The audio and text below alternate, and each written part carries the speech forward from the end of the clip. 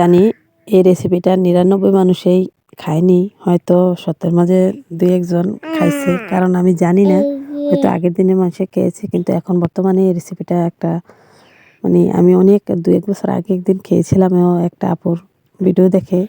আলহামদুলিল্লাহ খেয়ে রান্নাটা যে এত ভালো হয়েছিল, কিন্তু আমার মেয়ে অনেক রিকোয়েস্ট করতেছিল, তারপর আমি বানাইনি। তারপর আজকে একটু মন চাইলো, দিয়ে দেখি একটু পেঁয়াজ কম, তারপরে একটু কি করার আছে একটু চালিয়ে নিলাম। এই যে দেখেন এভাবে কষিয়ে আমি কিছু আলু দিয়েছি, যেহেতু আমার ছোট বাচ্চারাও খাবে একটু, তাই ওরা তো একটু আলুটা খেতে পারবে, রসুনটা অবশ্যই খেতে পারবে। এই যে এখন শীতের সময় যার শরীর আসলে অনেক ঠান্ডায় জমে যাচ্ছেন, আসলে শীতে অনেক শীত লাগে, রসুনটা কিন্তু তার বাতের জন্য অনেক উপকারী।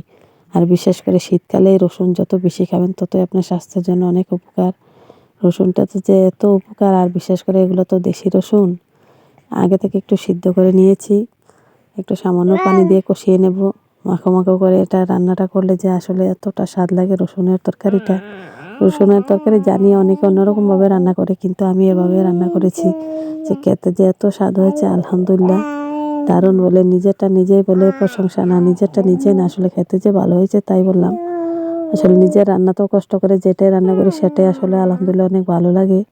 অনেক যদি আসলে একটা রান্না করে দেয় সেটাও আরও ভালো লাগে। বিশেষ করে নিজের হাতে রান্নাটা কষ্ট করি, তো যেরকমই হোক না কেন খেতে মোটামুটি ভালো লাগে। আমি একটা ম্যাগি মশলা দিয়েছি, শেষে আমি একটা ম্যাগি মশলা দিয়েছি। আসলে অনেক উপকরণ অনেকে দিলে দিতে পারে, আমি চাই না ফ্লেভারটা শুধু রসুনে রাখতে চাই।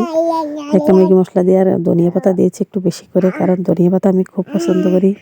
আর বিশেষ করে শীতের দিনে ধনিয়া পাতার ঘ্রাণটা যে এত সুন্দর আসে, আর এগুলো তো দেশি ধনিয়া পাতা, এগুলো স্মেলটাই একটা অন্যরকম। এটার স্বাদে আসলে একটা ভিন্নতা স্বাদ আসে। একটু কাঁচামরিচও দিয়ে নেব, আপনারা ভালো লাগলে মরিচের গুঁড়ো বেশি করে দিতে পারেন, আমি একটু মরিচের গুঁড়ো কমিয়ে দিয়েছিলাম।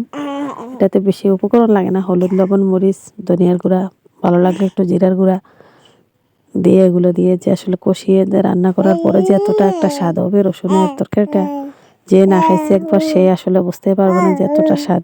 যে খাবে একবার সে বুঝতে পারবে। কে কে ট্রাই করবে একটু কমেন্ট করে জানিয়ে দেবেন ইনশাল্লাহ।